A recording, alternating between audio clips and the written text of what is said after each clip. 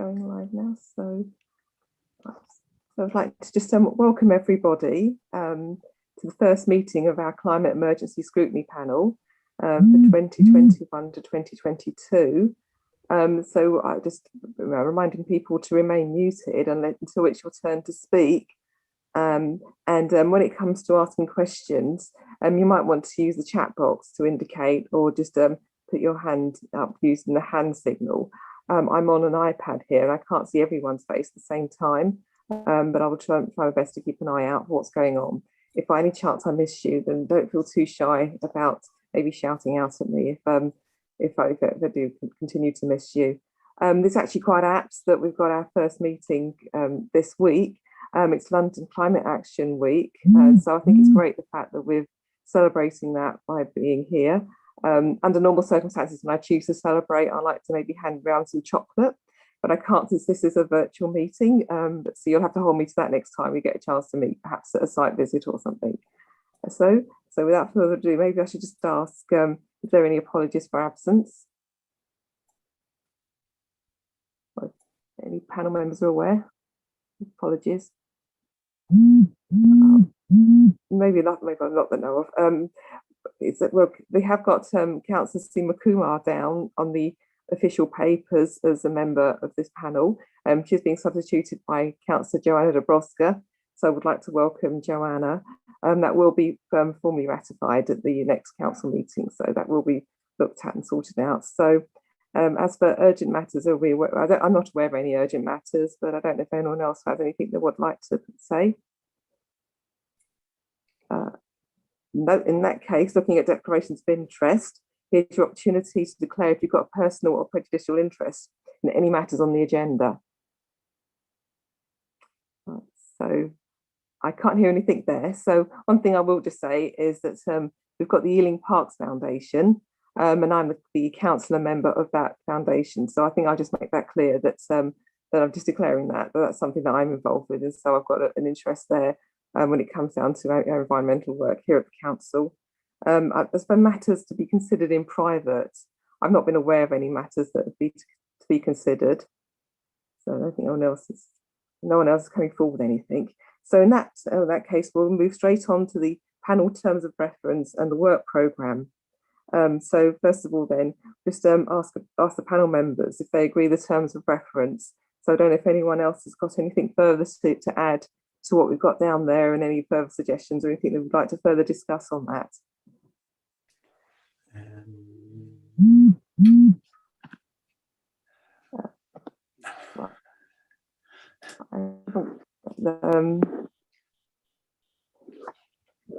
Anyone else is? Okay, so I gather. Oh, so yes, I can see you now. It's regarding the work plan. Is this appropriate time to bring it up now? Oh yes, please. Yeah, go for that. Yeah, it's just that future meetings are going to look at active travel and the public health limit role of the environment. So I think there's a synergy in that, those two themes. So I don't know whether it's worth considering them in the same meeting. I don't know what is envisaged in terms of public health for future meetings, but so I offer that as a suggestion for you to consider when you're planning the meetings. And the other thing is also about, we have a panel on engagement, and a lot of the roles for climate change is about engaging with the public to change behaviours, change attitudes, think about doing things differently. So I think the role of how we engage and communicate with the public should be part of one of the meetings, or have some sort of remit. It tends to be quite cursory looked at as we should publicise a policy or an action. But actually, I think it needs a bit more than that. And maybe there's a synergy with that engagement panel as well. So I offer you those two suggestions to maybe review the work plan. Right. I mean, because unfortunately, Jo Mattenson, who's one of the officers, she isn't here this evening, and she would be the best person maybe to speak to in terms of whether there is any overlap between public health and active travel. I know that when it came down to public health, we were planning to look at areas such as clinical commissioning, And so it's probably, I mean, to me, it sounds like it's something that maybe won't necessarily be connected to the active travel, even though it does actually sound like very much active travel is very much related to health. But I mean, I don't know if Anna Marie, if you've got anything further to add to that from what you've got. Chair, I would just say that this is something that we can explore outside of the meeting, and we can take the points that Councillor Driscoll's made and discuss them with officers, and also we can tie in with the citizens engagement panel that Councillor Driscoll referred to. So we'll take it outside of the meeting if that's okay. That's absolutely fine. I think that's absolutely fine. Thank you. I just wanted to raise it as an issue, but thank you. That'd be brilliant, thank you. Yes, because certainly when it comes down to the other scrutiny panel, is that I don't think we've got the terms of reference available as of yet, and it would be quite interesting to see at that stage when we get to further along within the municipal year of our meetings as to what they've discussed and as to what they've got planned, and see what work we can do together on that. At this stage, it's just difficult to tell exactly where we are on that. So I've also got Councillor Dabrowska, please. Thank you, Chair. Thank you. I'd just like to raise a couple of issues. One is just on the clarification of the subject of the energy in a built environment.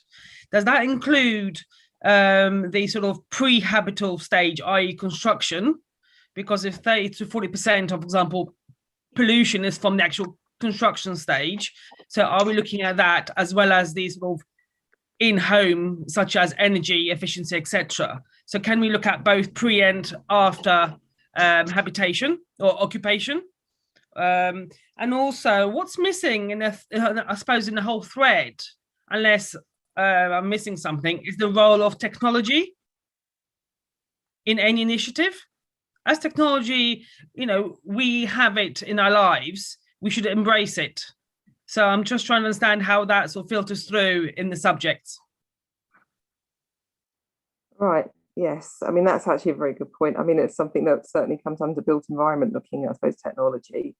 I mean, we can look at it for the active travel as well, because that's something that's, I mean, at this stage, we're not entirely sure where we're going to be with that in Ealing on active travel. So it'd be interesting to see what we're exploring. Yeah, technology is on every subject under active travel, not just what we just discussed, under any element. Yes, yeah. I mean, obviously, there's, because as I was just saying with public health, that's I mean, that's actually quite interesting, because that's something that was suggested to me. That's not something that's completely obvious subject to go down on this topic of the climate emergency. But I mean, there'd be a good thing for us to explore, and as we just said with Anna Marie, that we can talk to the officers and just see what we can do about that. So I appreciate that suggestion. Thank you, Councillor. Thank you. Yeah. I've got Councillor Chohan, please. Yeah, thanks. I'm just reflecting on the Public Health and Climate Action Week. I wonder if there would be too much crossover with the previous scrutiny panel, but it might be interesting to think about how food and diets locally sort of intersect with this theme. So I understand there's a whole food strategy that's been developed, but I think getting some more sort of raw data on dietary habits, how that influences public health would be, I think, contribute to the work that the food strategies are also already doing. And I think that's an area that we didn't really discuss in too much detail in the previous panel. While I was in that panel, we didn't discuss it too much in terms of the data and how we can influence dietary change across the borough with a climate lens, I think. So that could be another element of public health potentially. Yeah, thank you, Councillor Chohan. This is I do appreciate the experience there, because as you say, that you've been on the previous panel. I mean, something that we are quite anxious not to do is to simply repeat what was done before. But if there are other parts of that we can go down, because certainly from my reading of it, from what was discussed before, I mean, we're talking about food. It's too noisy out there. I have to go upstairs. Well, they're all talking in the garden, which is fine. Someone to be on mute there, sorry. Yeah. They don't have to go anything wrong. I've got to listen to this. No, that's Warden. For a few minutes, I've listened to it. All right. Can we all be muted, please, while speaking? Thank you. Thanks. Yes. Yeah. So it looked like when we talked about food before, in terms of the impact that food has on the environment, but maybe there's something further that we can look at as well, as you say, in terms of the public health side of that. So we can have a discussion and see where that all fits in. And so I don't know if there's any more hands up that anybody had. Let's have a look and see if I've got anyone else. I think that's probably looks about one. So there's not plenty of further discussion to go into there. And going on to the further stage, we've got the appointment of co-op team members. Sorry, right. So sorry to disturb. I had a further point about the work. Potential work. Yes. Work program. I'll go for it. Yeah. I wondered whether we'd consider sort of looking at biodiversity levels in the borough. Is that a remit that, because we do have a project of, our tree planting drive, but thinking more broadly about sort of biodiversity in our local parks, and whether there's any way of sort of bringing again threads in from previous work on the climate strategy. I'm remembering a workshop and that was done for like residents thinking about how to green our front drives and kind of move away from sort of just concreting driveways. If there's any way of doing a bit more of an assessment of what we're looking at across the borough, because I think those kind of things, biodiversity indicators are in cities are also an important, it sort of crosses over everything into the built environment, thinking about green roofs, green frontage, but how have we got any sort of data about that? Is there any way to have more of an understanding of where we're at, citywide and also more locally? Yes, certainly something for us to look at if that's relevant to the built environment work that we'll be doing. Just an incredible subject, this, because there's so much that we could really discuss and cover, and it's a shame that we only get 4 meetings to do this, but we'll endeavour and try best to bring it all in and bring it together. Okay, so in that case, we can just move on to the appointment of co-op team members. And so we don't really intend to appoint any co-op team members to the panel. We'll certainly be inviting expert witnesses to come along. Certainly very important to us, because this is a subject which really requires a lot of expertise, a lot of advice from proper experts. So we will be inviting people along to that. Right, so yes, as I say, we're not really intending to duplicate the work of last year's climate emergency panel. We just really want to see how we can continue with the climate and ecological emergency strategy, and in order to ensure that it works. And now we've adopted it to the council, we just really want to ensure that we look at that and make sure it works for us, and so that we reach our aims by 2030. And yes, so, and certainly we have already been looking at some of the plans that people have already put forward as well when it comes to incorporate that into the work programme. So one thing we'll go on without further ado, we'll go on to welcome our officers and our external guests. We've got a number of people here tonight who are kind enough to come along and speak to us tonight. So in that case, moving on to that and looking at the green economy and the role of business support and employment and skills. First of all, just I think hopefully everyone's here. I think first of all, we'll introduce Angela McKeever, who's the Assistant Director of Employment and Skills, and Carol Sam, the Business Growth and Inward Investment Manager. They're officers who have kindly come along tonight. And also we've got a number of external guests as well that I just really appreciate them taking their time to come and join us tonight. We've got Barry Bassett, the Managing Director of BMI TV. I've got David Warnes, the Deputy Principal, Strategy, Planning and Communications, and the Managing Director of West London College. I've got Una Phillips, the Head of Commercial Construction of Engineering and Development at West London College. And also Malcolm Goodwin, the Principal of Capel Manor College. This is a specialist environment college. So I think we're just very privileged to have you all along tonight. And so in that case, we've got a presentation to get going with. So I think our officers, our council officers, I think are going to start off on that. So I presume someone's going to start sharing a screen. That's me, and fingers crossed, because my screen has started to play up just now. Right. Hopefully. Can someone let me know when you can see the screen? Yes, thank you, Carol. Yeah. Is that okay? Yes, brilliant. Yeah. Okay, let's start. So my name is Carol Sam, and as Councillor Rice said, I'm the Business Growth and Investment Manager. So a bit of context and the objectives. Joe Mortensen couldn't be here, so this first slide Joe was supposed to be setting the context and objectives. So I'm just reading through some of our notes, her notes, and then I'll kick into the rest of my presentation. So industry and commercial make up 1/3 of carbon emissions produced in Ealing. So there is an urgency for us focusing here. Our vision for energy, articulated in our climate and ecological emergency strategy, sees a future where everyone, including businesses, reduces energy consumption and chooses renewable sources of energy. So it's therefore critical that we use all the channels we have into this sector to encourage them to commit to climate action. In the first part of this evening's presentation, we will walk the panel through some of the work we've been doing to act as an influencer and enabler in this space with our programs of business support. The second part of tonight's presentation will focus on how we activate the business opportunity of climate action to deliver jobs and skills for the future. Again, our vision for energy in Ealing reinforces how vital these skills will be to achieve the retrofit ambitions we have and to ensure all new building stock is contributing to a zero carbon future. Of course, energy isn't the only element of the green economy. We can also work to expand jobs in nature conservation, future transport infrastructure, and to help kickstart our circular economy activities. There is a real and immediate opportunity for the Council to work diligently in this space to achieve multiple objectives and positive outcomes for our borough.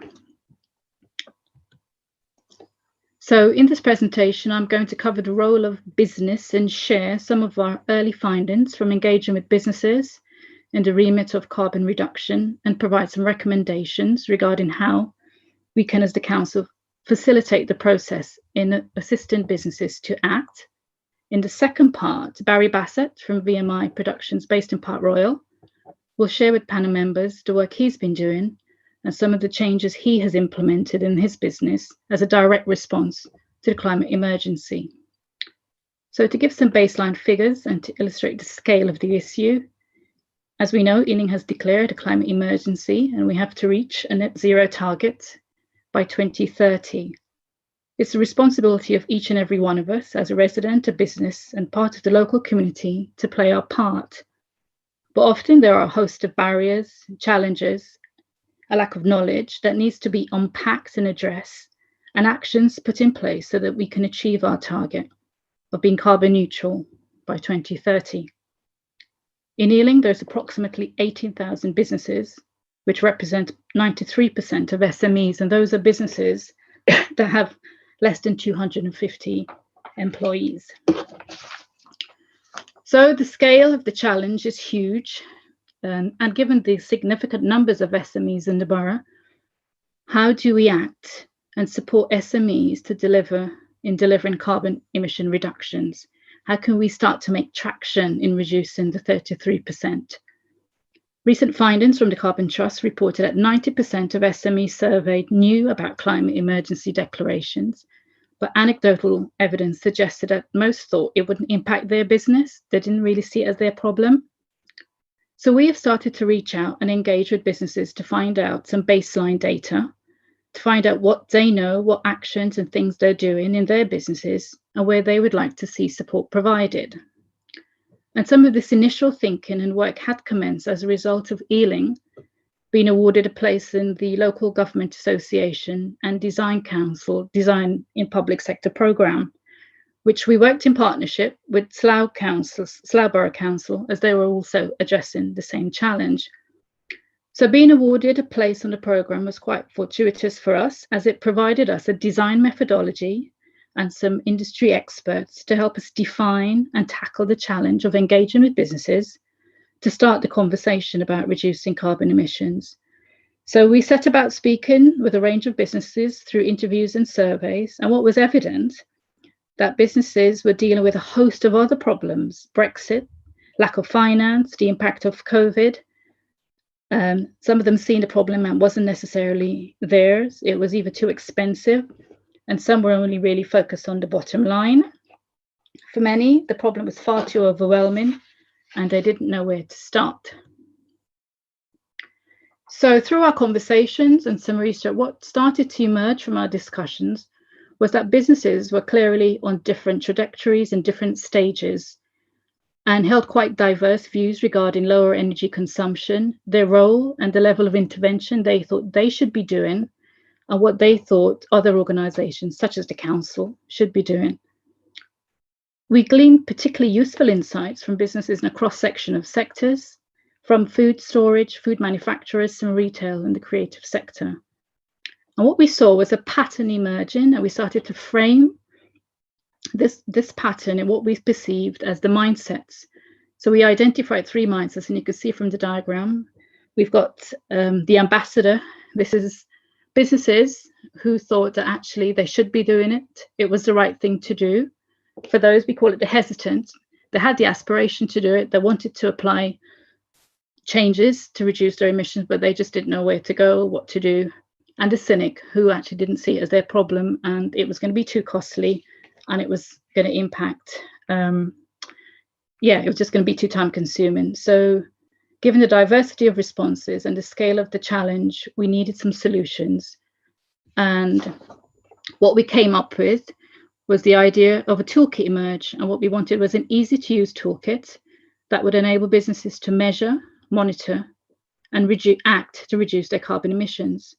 We arrived at the toolkit because it was a way of collating a lot of data, which could also be perceived as confusing, and this is what the feedback came from businesses, simplifying it and translating it into a way that businesses could understand, apply, and measure. For the vast majority of businesses, it's about showing them an easy and simple tool that carbon reduction will save their bottom line. What we also found out through this research that there's actually quite a lot of tools out there in the market, and some easier to navigate than others with different licensing and fee structure, which itself is actually quite confusing. So lucky for us, our partners at West London Business have started doing a lot of this work, and they've put together a number of really useful tools and toolkits on their website. And in a moment, you'll hear from Barry about his Better Futures programme, which he has joined via West London Business. And another company who unfortunately couldn't be here today was Dina Foods. Wilder from Dina Foods. I initially interviewed her at the start of our research, and some of the problems and barriers she envisaged and actually experienced was a lack of information. I mean, they're a huge manufacturer in Park Royal. They've got 3 quite large sites. Their energy consumption is huge, with deep aspirations to reduce it, but just didn't know how.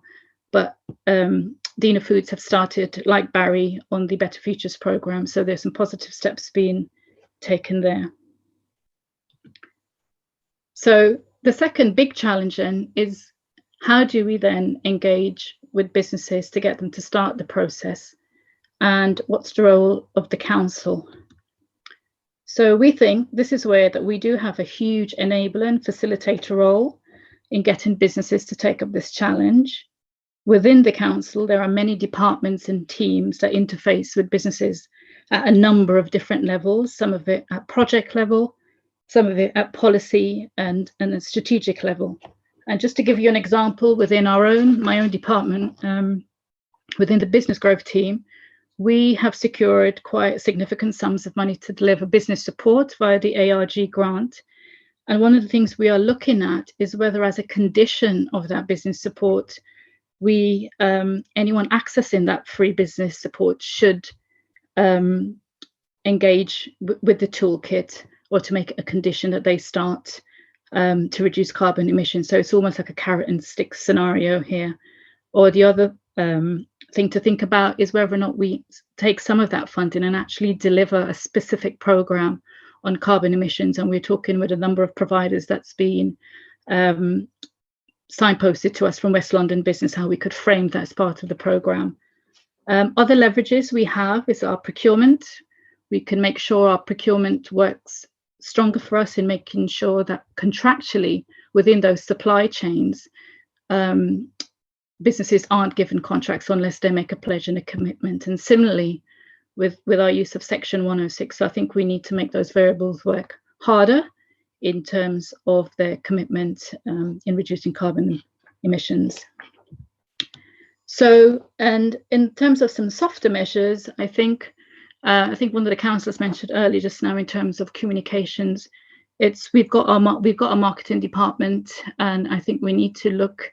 It's going to be a huge messaging. Some of it is confusing, but what we can do is where there are some positive actions and implementations being taken by some of our businesses, that we really should promote them. They are the ambassadors.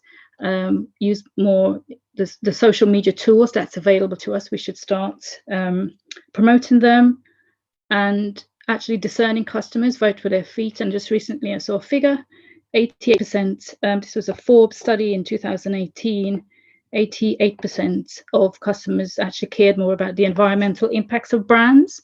So there is a huge incentive there for businesses to start changing their practices. So these are some of the images and there's of the businesses that we've spoken with. And that's it for my slides. And I will stop sharing my screen and hand over to Barry Bassett from VMI Productions to give his insights. Thank you very much, Carol. Right, so I am the managing director of VMI. We rent cameras for the TV industry. Dramas like Midsummer Murders, Good Karma Hospital, natural history programs like like Planet Earth, etc. That's the kind of thing that we do. We buy equipment which comes from Japan, Europe, etc. We put it into boxes. We put lots and lots of accessories with it.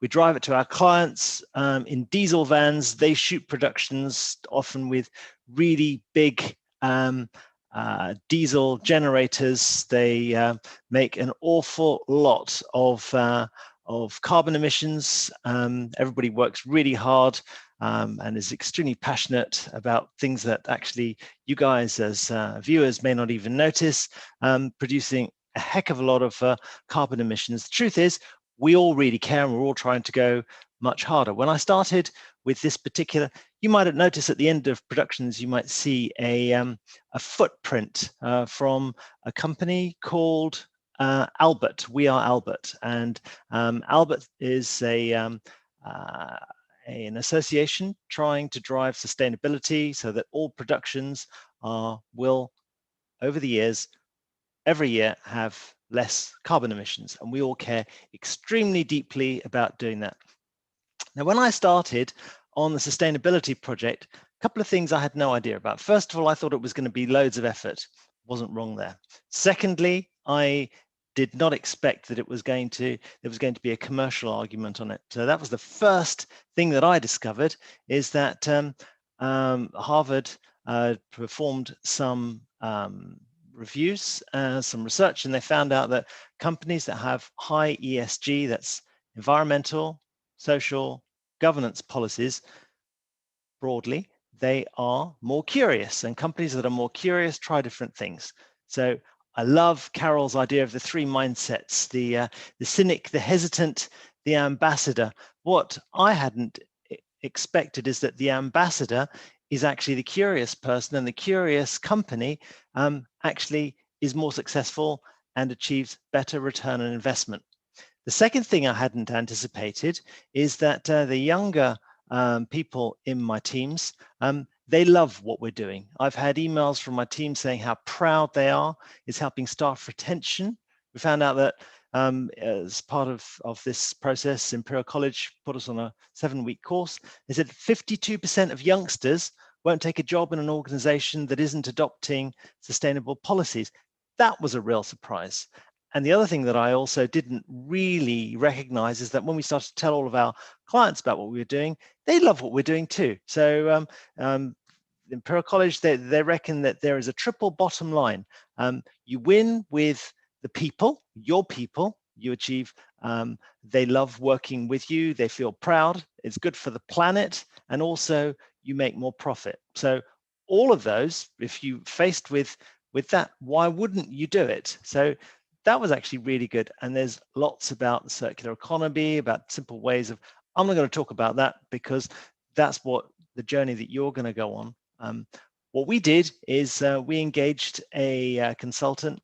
she looked at what we were doing in our different buildings and put together a carbon audit. That's actually quite difficult, and worked out that we expended in 2019 about just under 4 tons of carbon per person. Apparently companies in the UK expel between 3 and 12 tons. So we're on the lower scale, but if we were a smelting works, we'd be on the very high scale. If we were an accountants, would be on the very low scale, but we're going the right way. And had a look at what we've been doing, about how we had gone for 100% renewable electricity. We became verified London Living Wage employer, and a travel policy which minimizes air.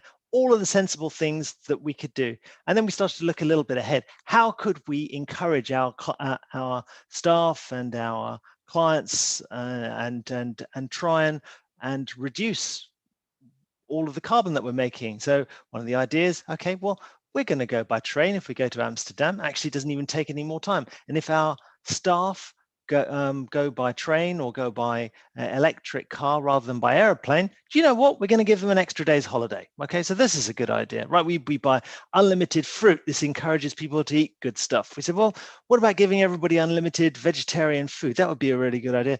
No, says one of our directors. You can't do that, because then we have different catering, health and safety legislation. If people fall sick with food poisoning, we're going to be responsible. Okay, I tell you what, we'll buy vegetarian food in 1 day a week for everybody. Still, people can feel good about themselves, about what we're doing. So this is about what's being described as moving the needle. Okay, so what we're all trying to do is to try to process changes in order to achieve what we want to do in the longer term and bring people with us. What we don't want to do is force things upon us.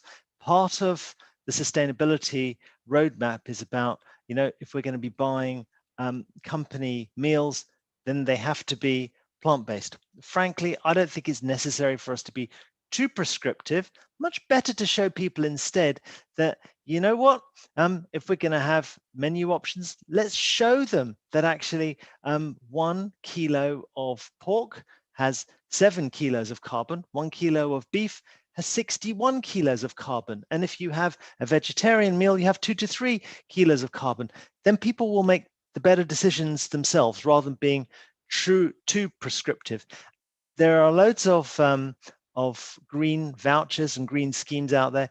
You have to look for them. So I think the most important thing, which Carol didn't say, is within your mindset, sometimes about doing the right thing. I think you almost need a fourth one, which is the green one, the ambassador, who's actually not afraid to roll up his sleeves and to actually get stuck in and do some real hard work, because it is hard.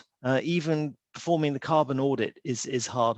But if you're not afraid about that and you're happy to be an ambassador, then you can take advantage of all of the other benefits. Certainly for me, having my team really proud of the company, we've learned in America, where they have a lot of salary inflation, they're finding it really hard to employ people. What I think is the right thing to do is you make your place really good place to work that people actually are proud of working, and then they'll want to stay with you and people will want to work for you. So I think that there's more gains than just doing the right thing.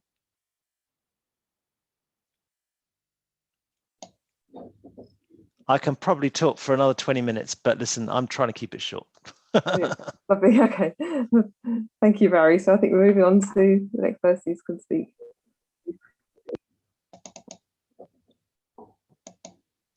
Hello.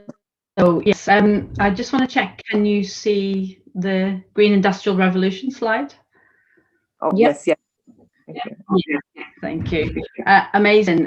Thank you, Barry. Some of that information you presented was absolutely really encouraging, really positive, and to think young people are really swayed by green business. I think that's so encouraging and so interesting to hear. So my name's Angela McKeever. I'm Assistant Director for Employment, Learning and Skills, and I'm going to introduce the second part really of tonight, which is looking at skills provision and training provision and green jobs. And I'm here with West London College, with David Warren and Ina Phillips, who we work very closely with, and also Malcolm Goodwin from Capel Manor College, a specialist horticulture agricultural college, who have a site in Gunnersbury Park. So yes, so I'm going to talk us through basically. I've decided to set out some of the strategic context really to kind of lead into the inputs from colleges. So just to say a little bit about my team, we are employment learning and skills. That means we bring together adult learning, job brokerage and apprenticeships for the council. We're an internal service, but we work very, very closely with delivery partners really in the borough, both voluntary sector and FE and HE. So we also work with West London Alliance and other boroughs and residents to support residents' access to training and employment. A big focus for us is unemployed and low skilled, are those who are seeking to retrain. Clearly that number of residents has just got much, much bigger.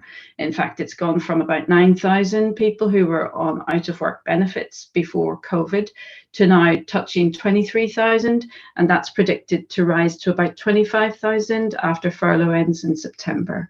So clearly, and with Heathrow and the impact of the aviation sector and its supply chain on Ealing residents, clearly there's a massive need for retraining and reskilling our residents, which and the green sector promises to be a big opportunity for we hope for many of them.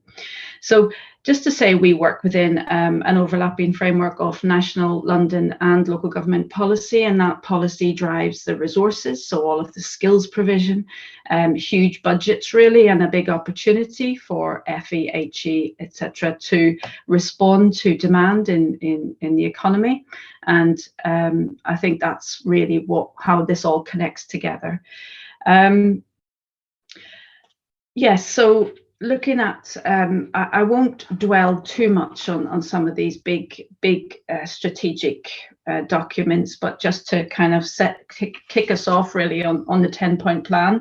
In November last year, government published its 10-point plan for a green industrial revolution, subtitled Building Back Better, Supporting Green Jobs and Accelerating the Path to Net Zero. And that set out plans for various sectors across energy, buildings, transport, innovation and the natural environment. And the idea really is to put green jobs at the heart of recovery. Now I'm just trying to move slides on, but it doesn't seem to be moving. Can you just tell me if that has moved now for you? I've got green job task force. Yeah, that's great. Thank you very much. So at the same time, in November last year, and under pressure from lobbying groups, the government set up the Green Jobs Task Force, chaired by Gillian Keegan. And the aim really here is to look at the immediate and urgent skills need in terms of offshore wind and retrofitting, but also to develop that long-term skills plan, which will support the kind of ambitions, really, government green ambitions. That task force hasn't reported yet, but I think it's due to report imminently. So then looking at the London level, the Mayor of London and the London Assembly have published a thing called the London Recovery Programme, which brings together 9 interrelated and integrated recovery missions. Good Work for All is the one that we work in my service, we work very closely with. But a Green New Deal sets out plans to help London recover by creating new jobs and skills for Londoners, and to ensure London becomes a zero carbon, zero pollution city by 2030 and a zero waste city by 2050. And just, interesting kind of fact really is that the green economy is worth more to the city than the construction and manufacturing sectors combined. So obviously green is the green economy is a huge potential in terms of addressing the unemployment that has arisen as a result of COVID. So those recovery missions are set out in detail in that document, the recovery plan. The one we work on very closely in terms of employment and skills is Mission 5, the Good Work for All Londoners. There's some big ambitions in there which feed through into West London strategy and then into local strategy. And really important, no wrong door, a single front door, we're calling it in West London, integrating the employment and skills system and trying to make it easier for residents to understand what is a very complicated and complex system, but also for the business intelligence and for the demand information to more closely drive the curriculum of skills provision. And I think has never been more important, really, because the labour market has shifted. There's been changes in sectors, some sectors rising and some shrinking. And so in order to tackle unemployment and also to maintain or to regrow a healthy economy, we need to deliver the skills that will provide for that demand. So it's all about, I think, balancing that demand and supply. And that's the Green New Deal mission, which I won't go through. I'm just conscious of time, but just really trying to bring the thread now through to West London. As I said, we work very closely with our West London partners. We've got a commitment there to the green economy and digital skills, also to develop that single front door, to bring together the employment skills system and then have a focus on these key sectors, and the green economy is one of those sectors. And again, the council plan just recently agreed, rebuilding our economy, returning good, well-paid jobs to our borough, greening our borough, and tackling poverty and inequality. You mentioned earlier the climate and ecological emergency strategy, and then coming down to our local Ealing Green Print for Recovery and Renewal. These are our actions locally to support employment. So we've got 3 key priorities in, if you like, the employment and skills arena. Number 1 is the youth offer. Our youth unemployment has tripled in the last year. We know that there's areas of the borough like wards in Southall and wards in East Acton are facing huge youth unemployment. The second is a single front door. This is a commitment made by all the boroughs and its partners to work better together at a ground level to provide better access to jobs and skills. And those skills critically need to be in pathways that will provide good jobs, good quality jobs. And the green economy is very much has the potential to do that. So Carol mentioned earlier local government levers, really grouped around planning and procurement. So this is the traction we can get and the role of local government to drive that improvement through all the different activities that we undertake, and where we've got levers, whether it's Section 106 or planning or relationships with business and so on. I think that we can make a unique contribution working closely with our partners. And I think that's the critical thing. No one part of these sectors really can do it on their own, and it needs to be a kind of collaboration. So I will now hand to David Warnes and to Una McPhillips from West London College. And David, if you don't mind, just shout to me when you want me to move the slides. Great, thank you, Angela, and good evening, everyone. So I'm David Warden, Deputy Principal of West London College, and I'll introduce Una in a moment. So yeah, this is the start of a journey that the college is on at the moment, and we are working with the local authorities that we have campuses in, which includes Ealing, obviously, but we are following a roadmap set out by the Association of Colleges, and it's one that the majority of colleges are following. So there are 250 colleges in the country, and the majority of them are following the same roadmap, which effectively is set out in 3 stages. So it's the emerging stage, where you are sort of gathering ideas and thoughts and bringing the community together. It's then the established phase, when you are leading many of the initiatives and actually actively reducing your carbon footprint. And then it's the enhanced stage, where you are then sharing that best practice across other sectors and other organisations. So we are in the emerging stage of that plan, and what we've done with that is set out a strategy. We've done two things really. One, sort of a bit of desk research, you would call it, I suppose, which is our Green Skills Compendium. So we have looked at all of the strategies that Angela's referred to earlier, from the GLA, from the government, from local authorities, etc., and we've put them into one document so that we're very clear where we sit in that context, and where our strategy sits within the context of the local, regional and national agenda on this.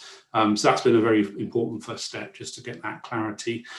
What we've then done is form effectively 4 key priorities that govern what we do as a college effectively. So our curriculum and what we do in terms of the teacher learning and the skills development, and that's obviously the bread and butter of the college, and what we do day in, day out, and Una will talk more about the specifics on that in a moment.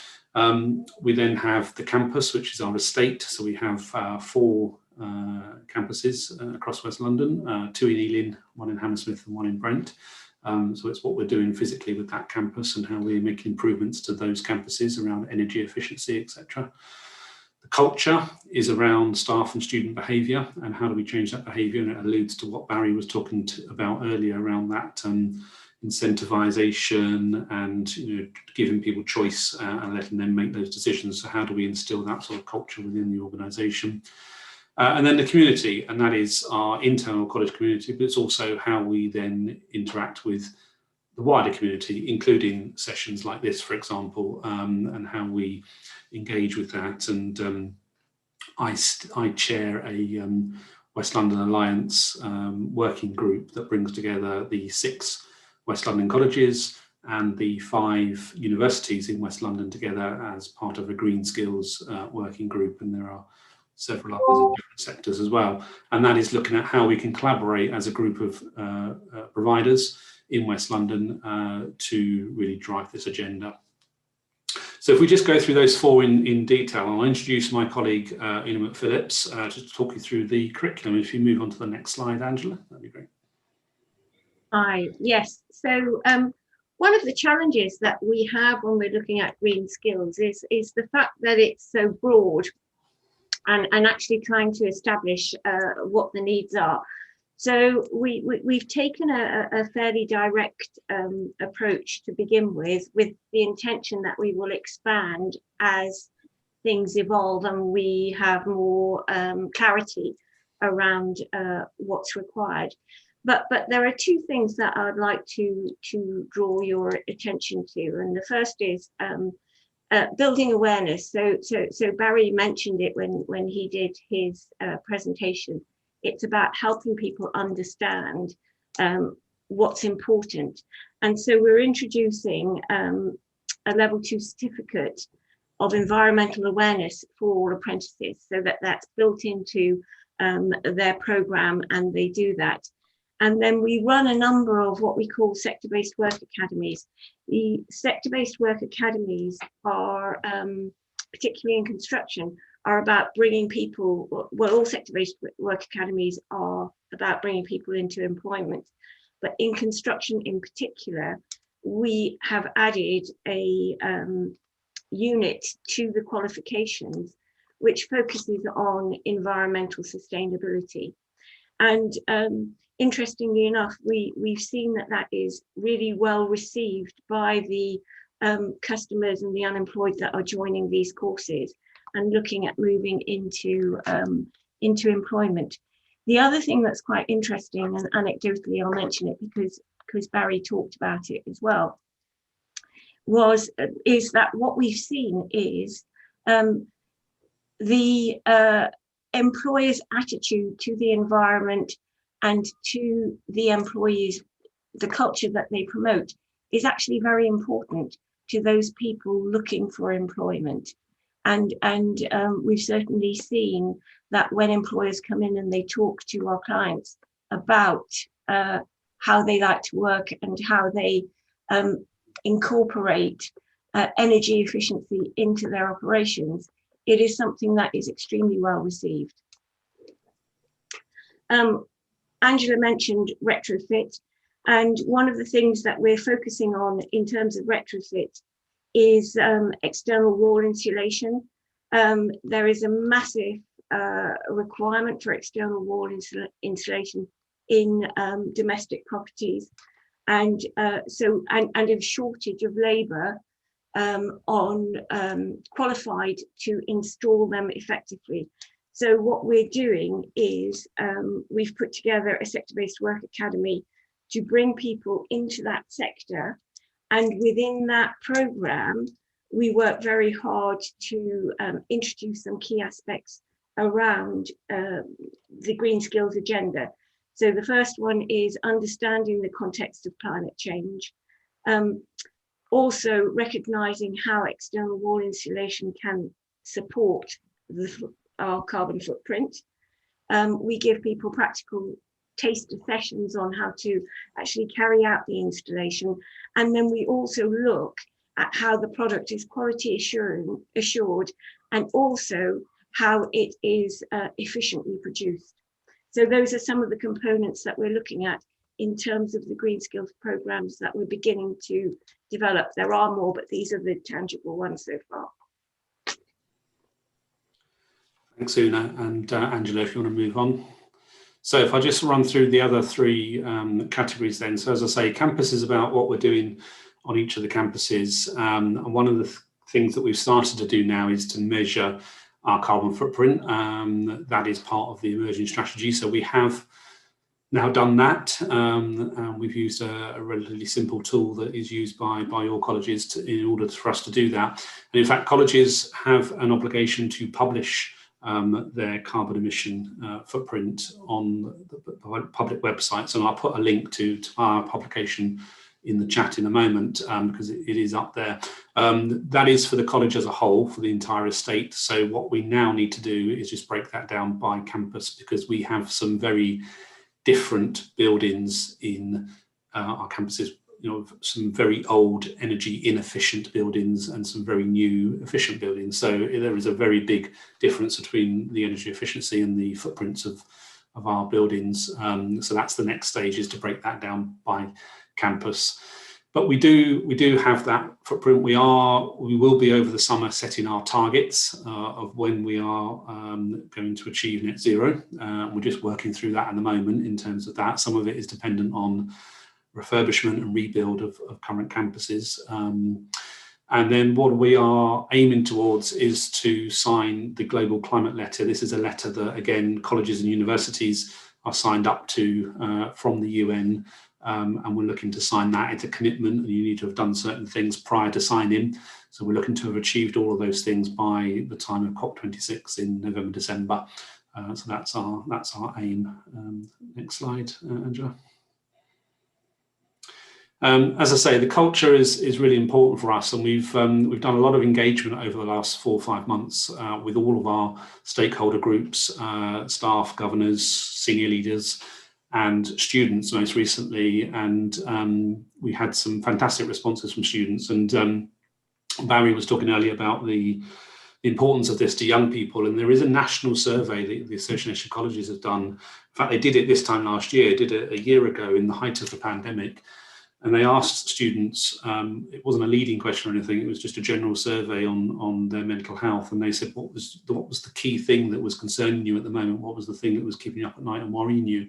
And it wasn't the pandemic, it was climate emergency. That was 70% of the students said that was their number one concern at that time. And our students have responded in very much the same sort of way. And it's been really pleasing to see that a good number of our students, nearly 50% of them, are already involved in this agenda and are doing things such as being part of clubs and societies, being involved in rallies or events, and volunteering and doing lots of things. So we want to galvanise and really capture that enthusiasm with our students and get them involved in the decision making that the college is taking. So it won't be led by the likes of myself, it will be led by the students themselves, and they have some fantastic ideas about how or what we should be doing, including things that Barry mentioned around what we sell in our canteen and how we present that as well. So we are starting our first climate committee next week, and that will involve students, and that will, as I say, will steer the direction of travel for the college in the future. And then next slide. And then, as I say, community is really around how do we then work within our region, within West London, and working with Angela and others on some of the skills agendas specifically. One thing just to raise awareness, and it's something that we are very keen to be involved in, the Greater London Authority will be releasing in the next few weeks a prospectus for a Sector Skills Academy tender. It's part of the Mayor's manifesto commitment that he will launch 5 new Sector Skills Academies. So one will be green skills, the others will be hospitality, health, digital and creative, but we're really focused obviously on the green skills one. So these will mirror the Mayor's Construction Academy that he set up in his first term, and which West London College leads on. So it will be a partnership, a collaboration of training providers, local authorities, employers and third sector organisations, much like the Mayor's Construction Academy. But it will be have a wider remit, so it won't just be construction, although that will be a big part of it, and retrofit and other things that Una mentioned will be a big part of that, but it will also be around active travel, vehicles, green spaces, waste and recycling, and many other things as well. So it encompass more than just construction, it will be a wider remit. And next slide. And the setup and the organisation of that academy will again replicate the work that we've done on the Mayor's Construction Academy over the last 3 years. So it will have a quality mark. There'll be a standard that training providers will need to meet, as there currently is with construction.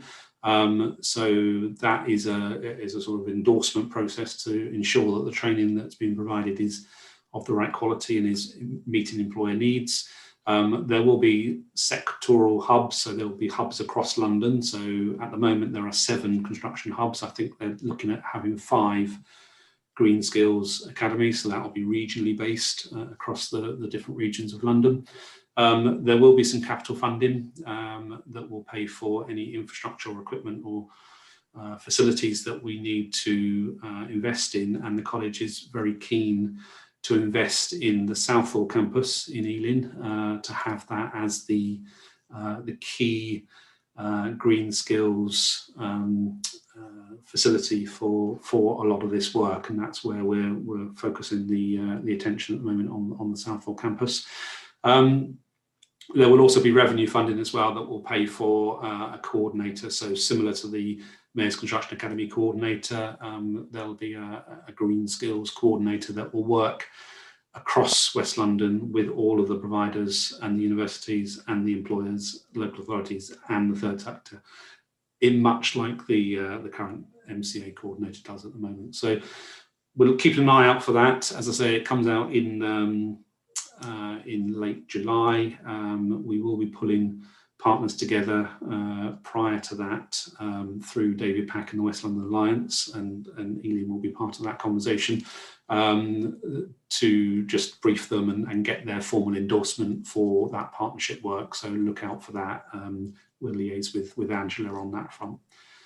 So lots going on, and as I say, the college at the moment is very much at the emerging stage, but there's a lot of enthusiasm, a lot of passion to really drive this agenda forward quickly. So thank you.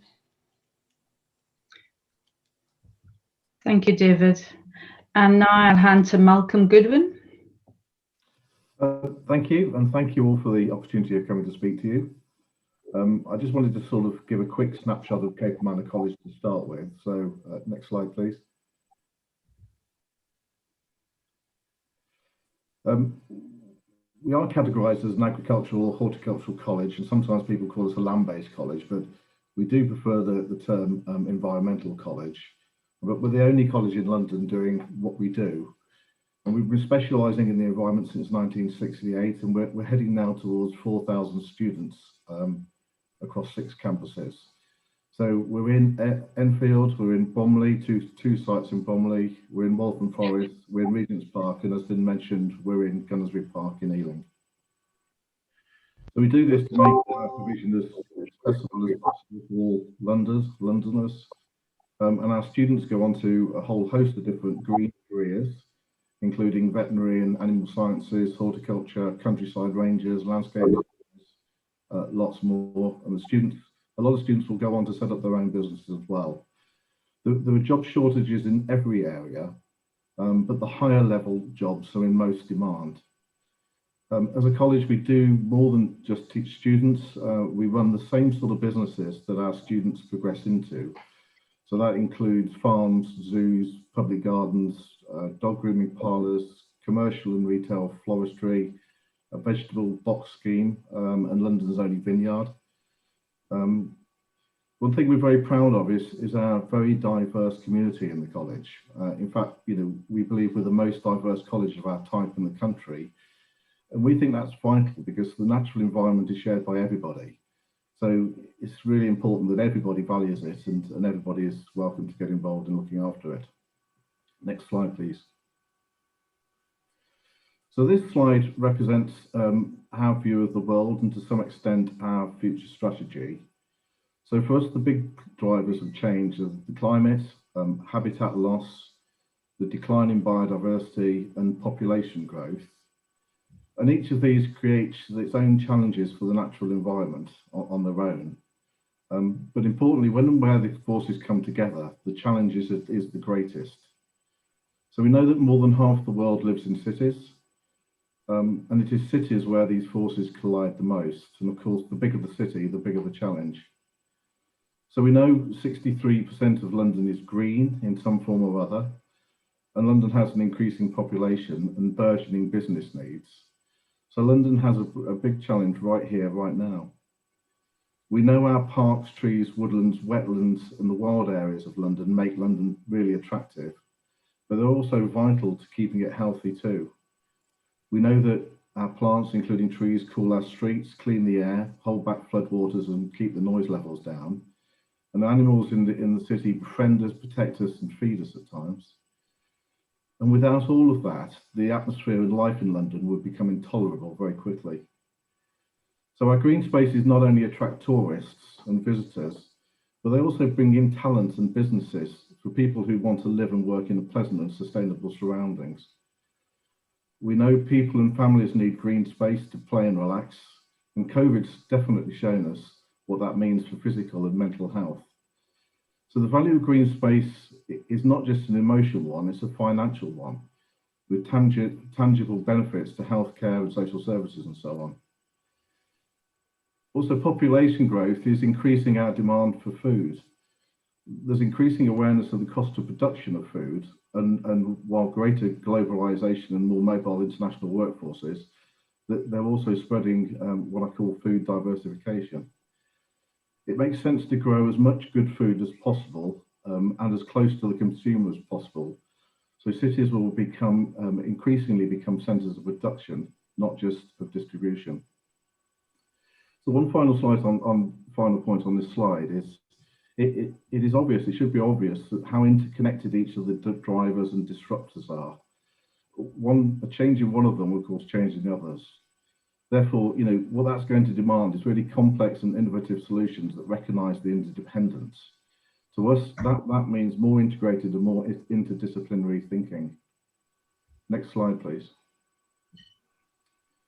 So there's some images that I think people would associate with the typical skills in our world anyway.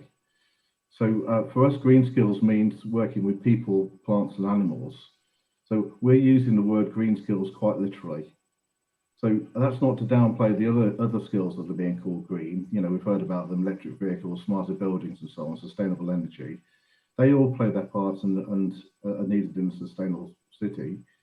But we major on, as I say, those literal green skills, and we give people the knowledge, skills and passion so they know what to do, they have the ability to do something about it, and they care enough to keep doing it. And practical skills for us are really essential to make a real difference in the world. Next slide, please.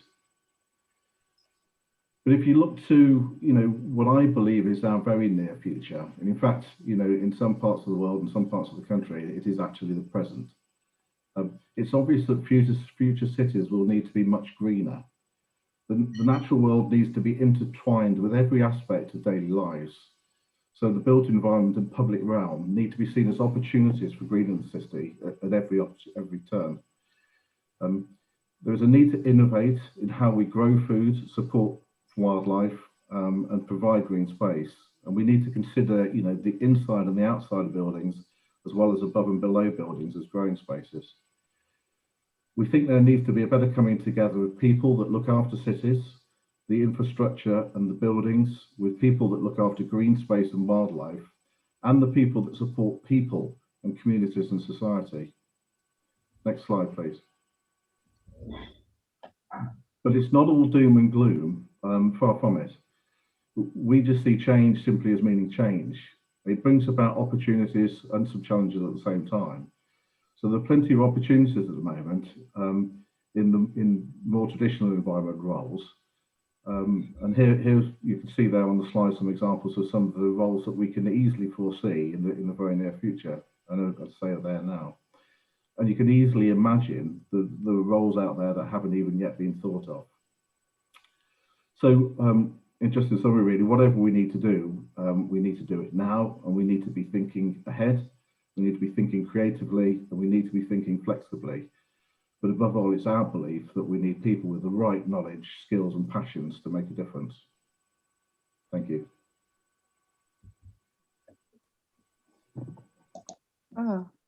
Thank you very much, all speakers. That's actually been so thought-provoking and just so inspiring. And there are just lots of areas that we probably hadn't really thought too much about in terms of the incentivization of workers. Let's say the vegetarian meals. I mean, that was actually just a really excellent thing to think about. So are there any questions that we can bring to the panel, please? See if anyone's there. Yes, right. Chair. Oh yes, sorry, Councillor DeBroster, go ahead. Yeah. Yes, great, yeah. I've got a question. To be fair, all these presentations are so data and technical intensive, which I love, but I'm trying to absorb everything. I come from a sort of technical background, so I'm enjoying it, but it's trying to process it. About 7 or 8 years ago, I worked for the largest power company in Europe, and we were working on green initiatives on how to help large businesses like Tesco, for example, become more green through their power consumption and reduce it, and to sort of help. And so the company worked with businesses from the largest, basically, energy consumers to sort of the SME client. So my question is, what is, I can't remember who spoke first, what is the council doing, as well as, for example, the local sort of green initiatives working with the power companies? Why reinvent the wheel? Use the information out there already to work together, because it's not just standalone initiatives. They all have to be sort of interlinked. And I suppose this forum this evening is a start.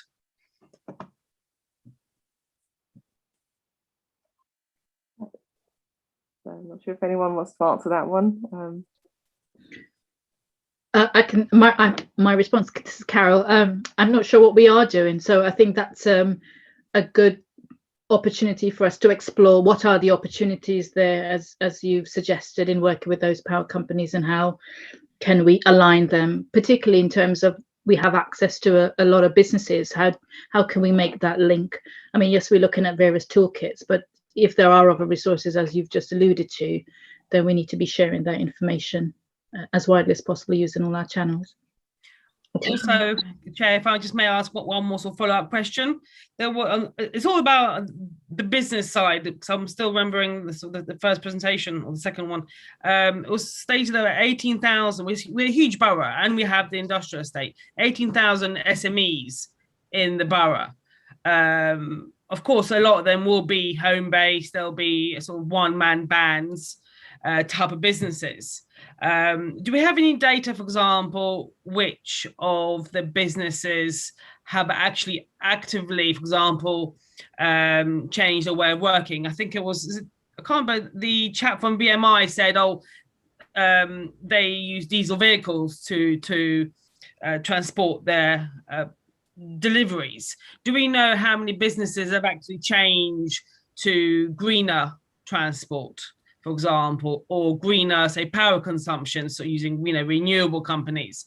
Do we have any sort of more deeper statistics? Because at the moment, I think we have very sort of light statistics in terms of what companies have already done of their own back. I suppose it's just a question for, not saying now, but throughout the panel. Can you hear me? I think my screen is frozen. Can anyone hear me? I can hear you, Carol. Yes. Oh yeah. Sorry, my screen. Because at the moment we don't have that data in terms of, it doesn't exist as a data set. But I'm sure working with our partners, we can obtain some, particularly the work that West London Business and West London Alliance is doing through some of their projects in terms of the number of business. But in terms of a data set that we can just draw on, I think no, that doesn't exist. It's probably, we'll have to do it piecemeal. And there would be a piecemeal approach looking at what businesses have engaged with various programs, for example, the Better Futures program, and getting those numbers collated in that way. Thank you, Carol. Thank you. So if I can invite Councillor Burke, please. It's a broad question, but really I'm guessing what I'm trying to ask really is what from you, particularly the external people, in an ideal world, we've got an ambitious climate strategy. You've all given us some really interesting and diverse ways that you're working. What would you really like from the council in an ideal world? I mean, I don't mean kind of loads of money, but what do you think we could be doing as we think over the next year about how we actually make a difference in terms of how we work with you? And then the second question, particularly aimed at college people. You're doing some excellent work with young people. How again could we as a council help you in terms of using young people and the people that you're kind of really getting engaged with this, to use them as ambassadors or champions in terms of the kind of climate work that you're doing? They're big questions, but a kind of few practical tips from you about what we should be pushing would be really, really helpful. Like I said, I don't know, I'm going to cut in and just give an answer to that one first, if I may, Councillor Burke. From our point of view, we would love a much more active role in the conversation.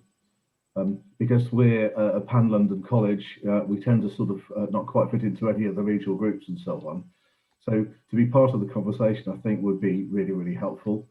From a college point of view, some practical help on the ground would be terrific, because it's a tough gig at times, and some practical help on the ground would be great. And certainly, having a joined up message, that's important from us. So we go with one voice on these sort of topics. That would be really useful as well. And actually, we've talked about, I've heard about, the challenges of young people potentially going neat in some of your areas and things. So some actual direction of careers advice for these people to get into. We know how much young people are energized by this. Sometimes it's quite hard for colleges like us to reach out to them. So some help for the council to engage us with lots of young people and people that are, career changing, or maybe, come out of work because of COVID and things. Some practical help on those sort of things would be absolutely terrific, because the careers in green skills from our point of view are not only vital to the planet, they're absolutely fantastic careers to be in, very rewarding. So, I don't know if that helps. Yes, is it all right if I come back, Miriam, just on that one? Yeah, thank you. I suppose really an observation.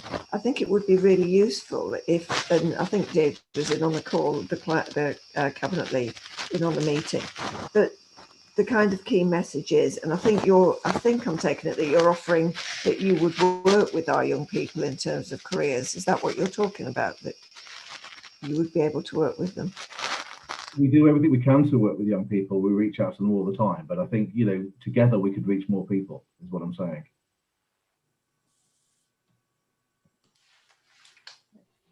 I'll just echo Malcolm's view there around that sort of joined up approach, and again appreciate that having that voice at the table I think is important, and also having documents like the Green Print, for example, is really useful. Those framework documents that publish that really then steer that agenda and put it within a particular framework. So that's been really useful.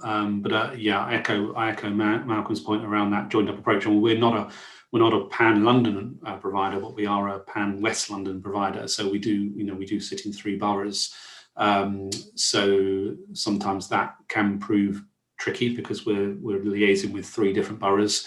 So I think there's definitely a role there for the Sub-Regional Partnership and West London Alliance around that coordinated piece across the seven West London boroughs. This is such an important agenda. I think it would avoid duplication and things, because we've had similar conversations to this conversation with Hammersmith and Fulham Council, for example. So yeah, I think that's really important. And I echo Malcolm's point about the careers advice. I think that's really important, and the awareness of green jobs. And I think we're all still getting our heads around what that actually is, because pretty much every job will be a green job at some point, because they will involve some aspect of automation or technology that will drive the carbon footprint down. So, but I think that awareness piece through the careers advice is really important. I don't know, Una, if you want to add to that. Absolutely, and I do think, Angela mentioned that it's about collaboration, and it is really about that collaboration across a range of different bodies and contributors. And I think, the work that we've been doing with Ealing has been a really good start in terms of building on the agenda, and it's just getting that consistency across the other boroughs, as David mentioned.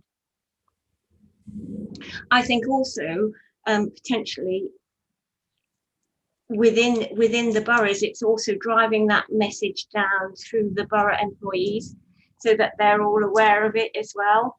And then you really do get a critical mass that's promoting it. Thank you. So if I could just hold back on Councillor Driscoll's question for a moment, because I think Councillor Chohan's got something related, so maybe it would be a better idea to bring her in now, if I may, please. Thank you so much for the presentations this evening. I was really interested. I was particularly interested to hear about Capel College, because my own background is in food and agriculture, and I'd never heard of this college, which is surprising. And I think I'm possibly resonant with the messages that we're getting, that there's just not enough awareness of the depth of skill that we have very close to home in green jobs. I think what I'm interested in understanding is going one step backwards and trying to better understand what relationship exists between, say, Capel College, West London College and the council, and how we're talking about being more united and being more joined up, but what is that process? What is the relationship that exists currently in terms of sending people your way for apprenticeships, etc.? Because I understand green apprenticeships is an area that we are trying to push, for instance. And I just wonder, Malcolm, whether you've got any insight on this. I know my cousin, for instance, is just finished his GCSEs, and I was just talking to him the other day saying, you should really why don't you do something green? Go out there, you reconnect to your farming heritage from Punjab, relearn these skills. And how do we get that message out towards our young people? Or do you guys come over to schools, say for instance in Southall? I know right now there's a big movement, for instance, around farmers issue in India, and a lot of the younger Punjabi diaspora community is reinterested in horticulture and in issues related to agriculture. So I think there's a moment to strike as well right now in terms of getting that message out and sort of publicizing the different courses. And connecting to the green jobs that are necessary here. I know I've done a lot of research with community supported agriculture farms as well in the UK, and there's a shortage of growers. So how do we promote that locally, and what kind of contact is your college making with local schools in the area, for instance? Well, there's quite a lot in that. So first of all, can I say thank you very much. If your cousin's still interested, we are recruiting. It's particularly interesting actually because we work very hard to come out of what might be seen as the non-traditional sort of recruiting groups, which is why we have developed an incredible diversity, and that's the point I made earlier. I mean, it really is something that everybody can do, and is important that everybody does. So it'd be particularly important to come to what I might describe as sort of non-traditional backgrounds into our areas. So that's very good. The college, obviously, like all colleges, and David would be the same in his, but we have outreach to schools and so on, and we do what we can. But there's a lot of colleges, 50 colleges in London, so there's lots of people doing it. There's lots of community messages out there. We are of the colleges relatively small. 4,000 students makes us relatively small in college terms, so it's a big effort to do it. And when you start doing it across 33 boroughs, it's a big challenge to do that. So, which is partly why I was answering the question the way I did before, that actually, some sort of, coordinated, joined up approach to that would be really helpful. There's a single reason why, is because this challenge that we face actually transcends all of the sort of college boundaries. It should transcend borough boundaries. It's something that is so important that we need to just, get it right, really. So, yeah, we do what we can. We're always looking to do more. I do believe working together is more effective than working apart. But our contact with, I don't mean this rudely, but the contact with Ealing and Hounslow, so the two boroughs for us in West London, is limited. So it's limited partly by our capacity, but I think it's also a part of the fact that we've been in London for all that time, for 53 odd years, and I'm sorry to say you don't know us. So we've got a job of work to do. We try to do that as much as we can, but in the day job is sort of teaching and graduating students. You have to try and fit everything in. So I'd welcome any help, and if you want to come to Capel and have a look around, we'd love to show you around. I would love to, yeah. Maybe that's an idea for all of us. We maybe have like a visit sometime and to see what it is you do. Excellent. So, okay, if I can invite Councillor Driscoll, please. Thanks, Miriam. I'm curious from Carol's presentation mention about the number of SMEs, which is huge, and the toolkit, because I can, on my own, just domestic research, trying to find about environmental stuff in the home, trying to understand that as a business must be really tough. So I don't know if there's any comments on the feedback on that toolkit, how it's worked out, if it's been piloted, what's the response, because that would be helpful to know. And also in terms of like the college providers, I mean, it was mentioned quite rightly that a lot of jobs will all be green jobs. But I wonder, how is the demand for those type of skills? I mean, I know West London has various construction jobs that would be allied quite straightforward to improving insulation and those type plumbing, which would be for new heating systems. I wonder how much of what's being delivered at the moment fits into that new demand. We're at probably a cusp where new builds won't be allowed to have gas central heating. They'll have to have air source heat pumps or other heating systems. There'll probably be other regulations coming online when it comes to replacing existing heating systems further down. So how are we managing sort of the anticipated demand and providing courses that might meet that demand? Because I think at the moment we're a bit of a chicken and egg situation. We know there's something that needs to be done. There's things that are starting to happen, but we're not quite at a tipping point. And I wonder how you're sort of managing that delivery and preparation for those type of skills to prepare the workforce, because I think we heard that there'll be a high demand for skilled workers, and post-COVID, I think we'll be in a position where a lot of people probably will need retraining, and how are we going to marry all these things together? So a couple of points there. Thank you. Shall I just come back in on that last point, because you're absolutely right, Councillor, around that chicken and egg, and that's exactly the situation we are in at the moment in terms of, we know that there is demand coming. In fact, I was on a call with CITB, the Construction Industry Training Board this morning, who were looking at the demand and doing some aggregate sort of number crunching on what that demand is. So we know it is coming, but we also know that a lot of employers are yet to advertise and recruit on some of these specific roles. But again, they know that there is that demand and they need to start to be looking into that longer term future. And I think at the moment we're probably in the market, and Una, correct me if I'm wrong, because you're probably closer to this than I am, but it's more around the upskilling agenda at the moment, where we're looking at, individuals that have a set of skills, maybe a plumber or electrician, but can then be quite quickly and easily upskilled to then look at air source heat pumps or ground source heat pumps or solar energy or something like that. So I think that's where we currently are, but we need to obviously then move to provision where we are skilling up new talent, particularly younger people. So it's a tricky conundrum, and we've wrestled with it a number of times. And I think the Sector Skills Academy that I mentioned is part of that solution, because I think the Mayor's view is that will then drive a lot of that demand and really work with employers to identify what the future is. And it will, we hope, free up some funding to do things a little bit more innovatively, because at the moment we can only fund things that are regulated, and these qualifications don't exist at the moment.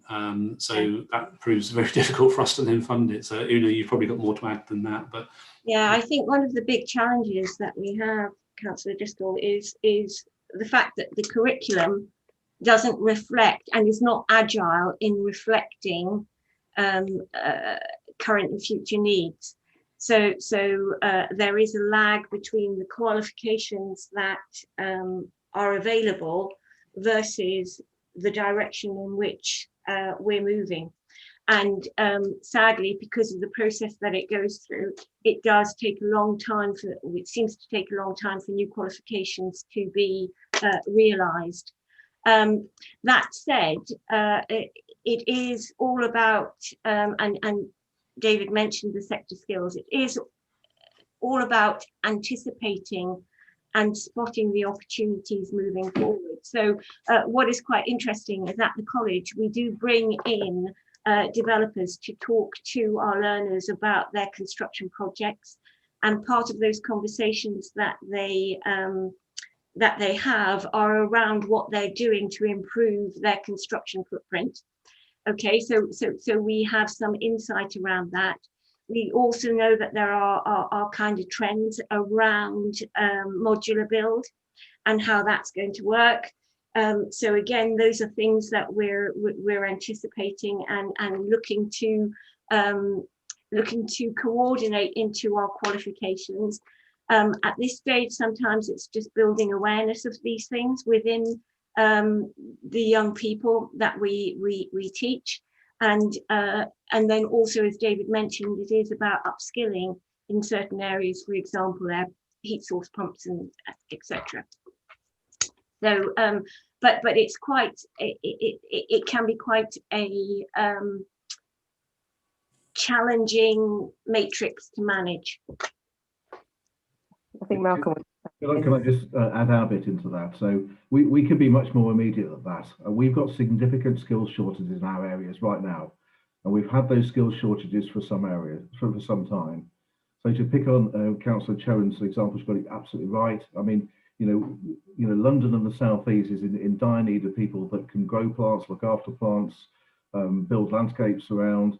That sort of area is already suffering. It's a £24 billion industry, and it's already suffering, significant skill shortages. So our Gunnersbury Park campus is at max.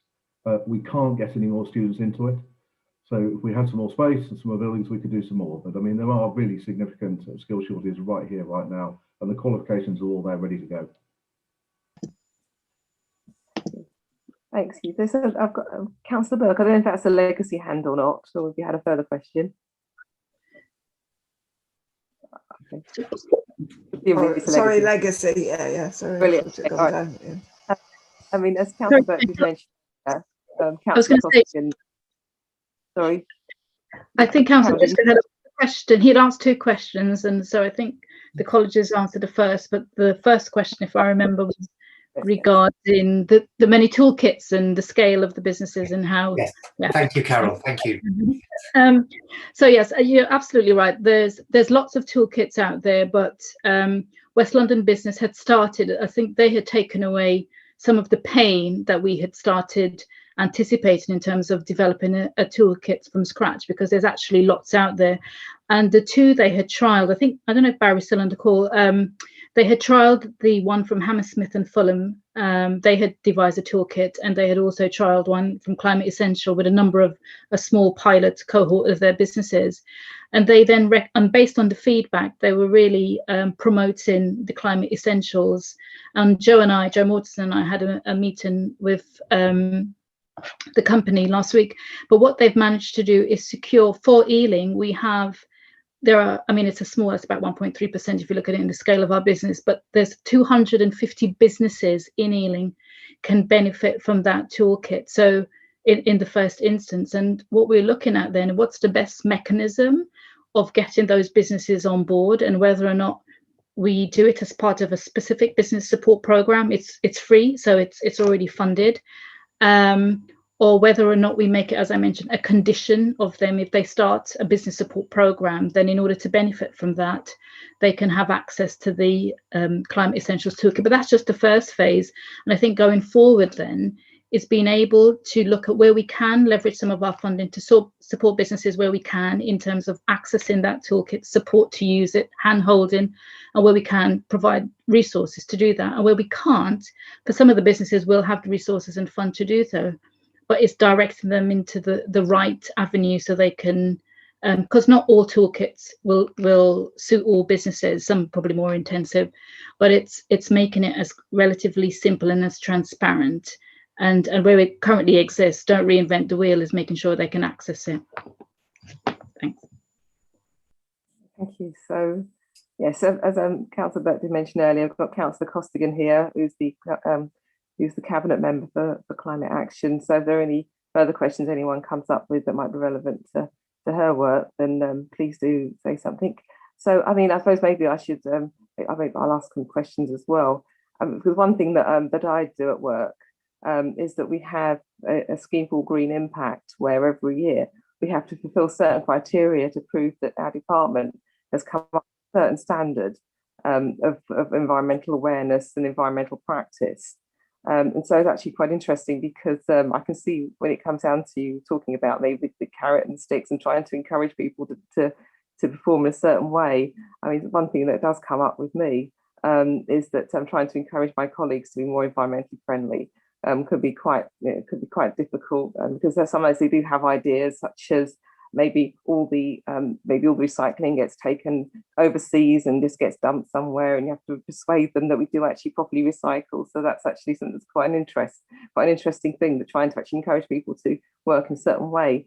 One thing that does come up in the Green Impact scheme is that it talks a lot about well-being and issues such as Fair Trade Fortnight, which is quite interesting, because when that comes up, you're never quite sure, well, what exactly has that got relevance to in terms of carbon footprint?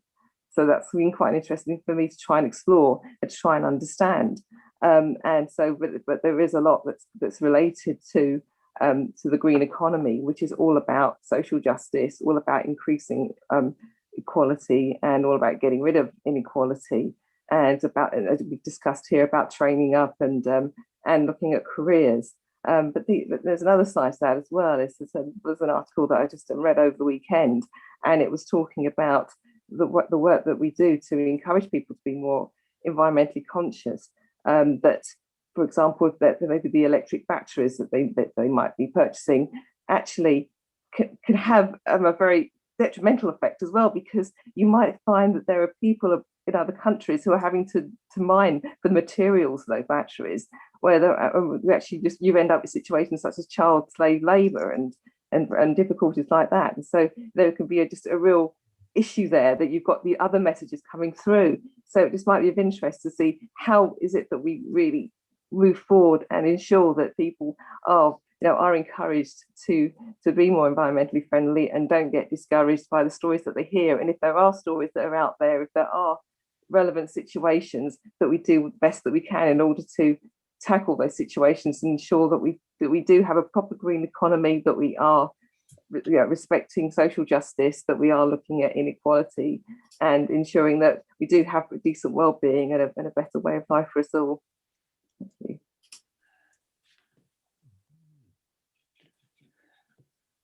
Is there anyone who's got any thoughts on that at all? Okay. All right. So okay, all right. So I don't know if any. Okay. No one from the panel has really got anything to say on that. I would just add, Councillor Rice, that Yes. the situation that you spoke about, the car batteries. I mean, that's really interesting, because at the moment we're promoting electric vehicles and they're the panacea for everything. But the reality is the disposal of those used car batteries presents a significant issue, because they're quite toxic and quite dangerous. So it is about looking at everything in the round, and there's no panacea really, is there? But that was a really good example. Yes, yeah, it was something for us to think about, certainly. I mean, just one other point that really came to mind is when it comes to businesses, about how ahead of the game they already are when it comes to looking at environmental issues. I mean, the example I would give is that when the government decided that there was going to be a deadline by which that we would all be buying new electric cars, the first thing I did was go and speak to someone I know who works for one of the large oil companies and say, well, what's going to happen here? What's going to happen to your job in the future? What's going to happen to the value of your shares? And she just explained to me that actually the oil company had spent years and years working towards that point where they would perhaps move away from having the petrol stations that we've all become familiar with and move towards the electric charging points. So I just wondered, really, are companies really ahead of the game? Because certainly, when Barry was speaking earlier, I mean, certainly the companies out there have got ideas, have certainly got a lot that they can bring forward, and they've been certainly working on it. So how are the companies around us, how are they working towards meeting the climate emergency?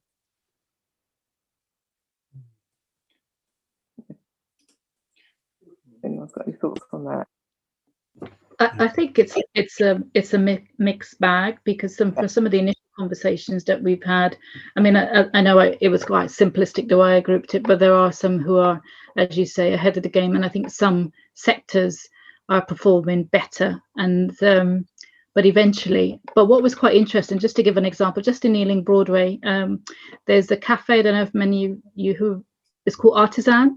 They're the coffee roasters, and I had interviewed Edwin, because I think they own quite a few of those, and some of the changes he had implemented in terms of the way he disposes of the waste coffee beans. He now gives it to a farm, the way he packages. A lot of those changes that he had started to implement is as a result of the customers and the staff telling him. I mean, obviously he's quite clued up as well, but more and more the changes are coming from customers who are quite savvy, and again, voting with their feet. And going back to some points made earlier of young people, because he's got quite a young demographics in terms of staff who are really conscious, So I think some of those, some businesses are way ahead because of they're just savvy like that, but some of are responding to customer and staff feedback. Right. If I just go back to Councillor Rice's original point, I mean, maybe it's a bit left field, but I think you're absolutely right to highlight what is a really, really complex area. And from my point of view, it seems to me that we're finding technological solutions to answer the technological problems that we raised in the first place. So in other words, we're getting one set of technology to replace another set of technology, which is well and very good. I mean, that may help in the long run, but a reconnection with, I'm going to go for it again, but the reconnection with nature is really important, because actually what you're doing is you're not having a technological solution replace another technological solution, and actually just that perhaps that simpler way of life and a simpler connection with the natural world is something that we need to re-find. We had it once, perhaps some of us lost it, but perhaps we need to re-find it, because that is a much simpler solution. I don't know the facts and figures, but I pretty much guarantee that the life cycle of a tree is pretty good. Oh. Yes, so Councillor Chohan wanted to come back in with another question, please.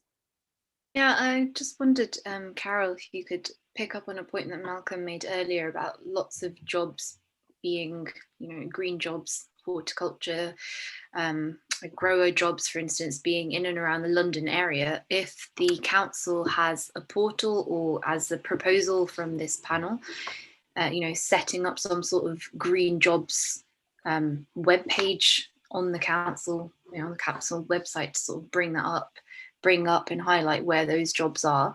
And also, there was another point I had in my mind and it slipped now. I'm gonna have to come back because it's on a tip, but I've lost it. So I'll regain that thought and then come back with the second point, I think. I don't know if Angela wants to pick that up.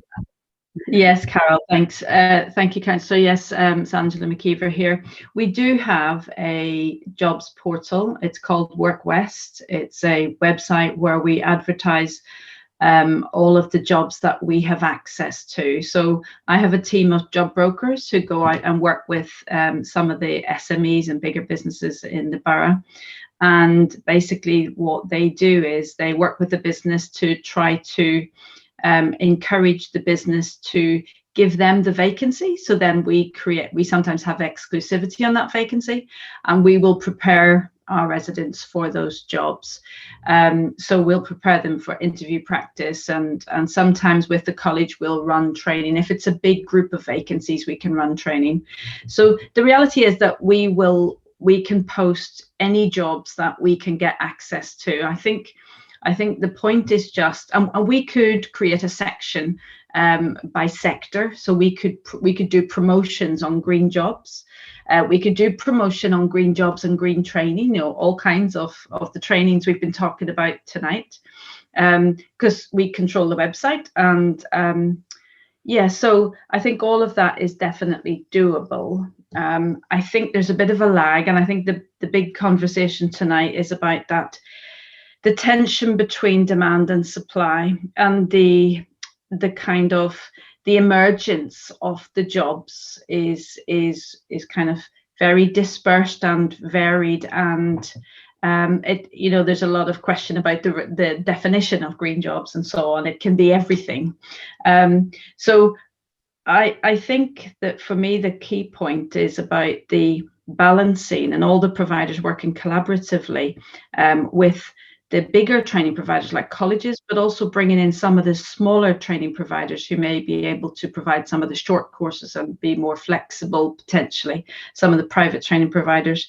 But also a question really, well, not a question, but a comment from me about the Capel Manor and its offer, and to kind of make sure that is part of that Green Skills Academy, so that we've got not just the replacement of technology, but some pure green skills or fundamental, if you like, green skills, and also some of those current demand, jobs in demand and skills gaps. So yes, we have a website. We can put any jobs we have access to on that website, and you can Google it now. It's Work West.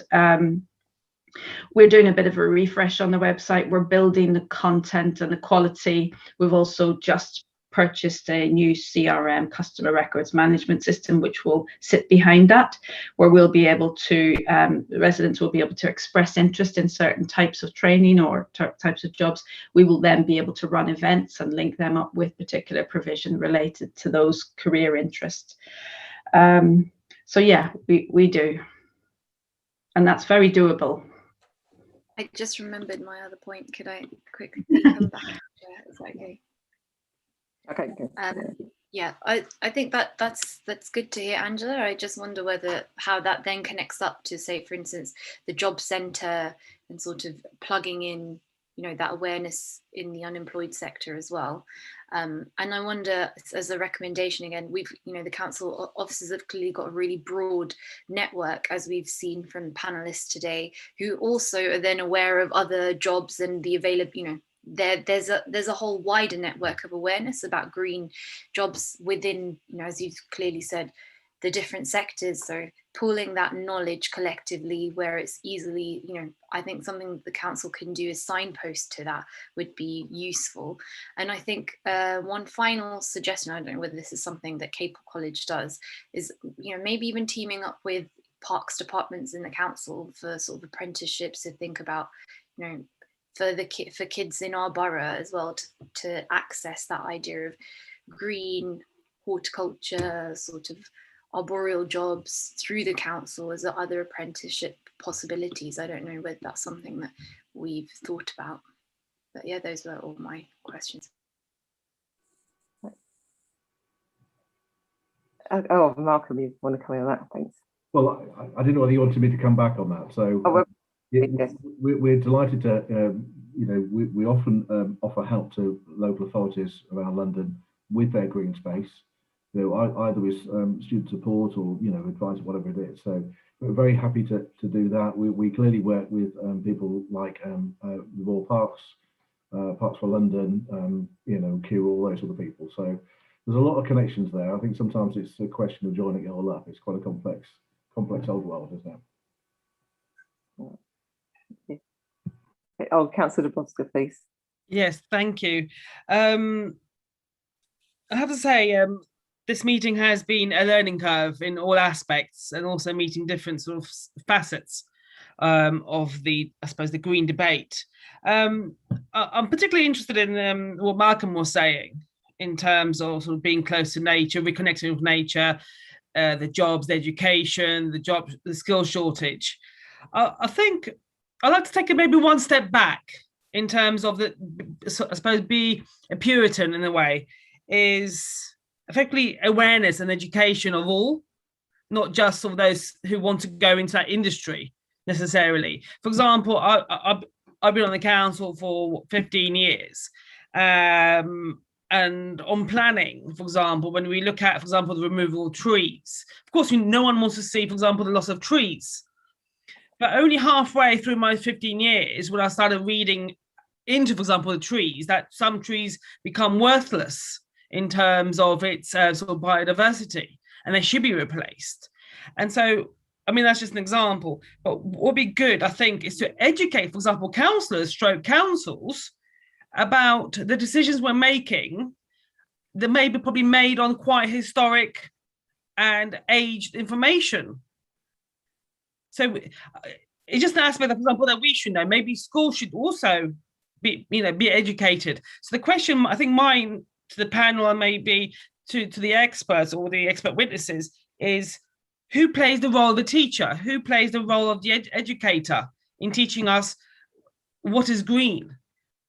Beyond the obvious that obviously a diesel engine is not green, and the maybe battery operated vehicle is much greener, although Una did say about the battery issue, which is another side debate.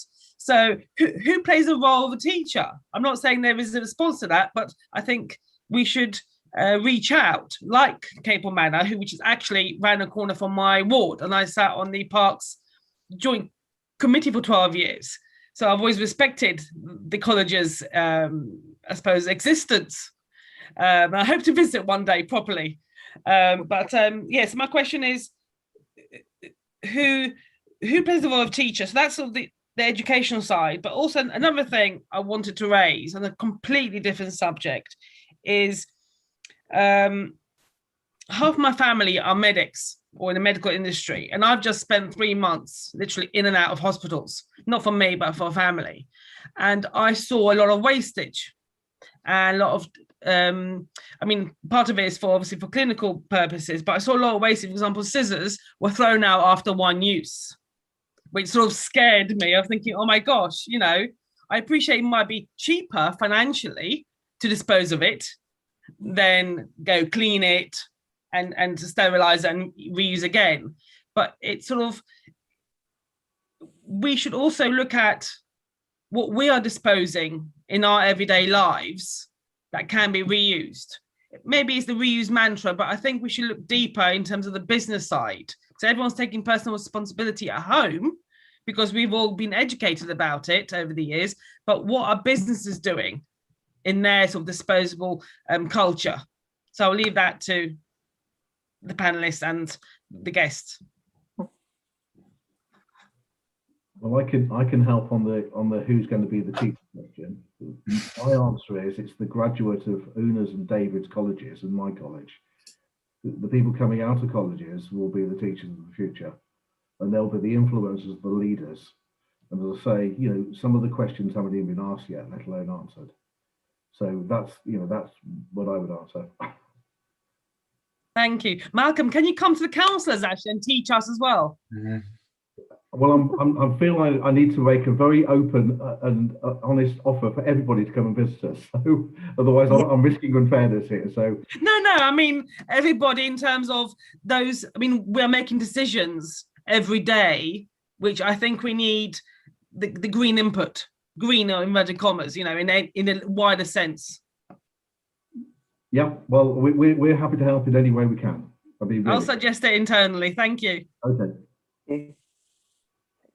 So it's certainly a very good point in terms of making sure that we reuse items. I mean, one thing that comes up at work is that because my employer is University College London, so very much a scientific university, and I said when it came down to environmental and the sustainability issues, COVID had just been a bit of a nightmare because the amount of antibacterial wipes and masks and latex gloves that we're throwing away.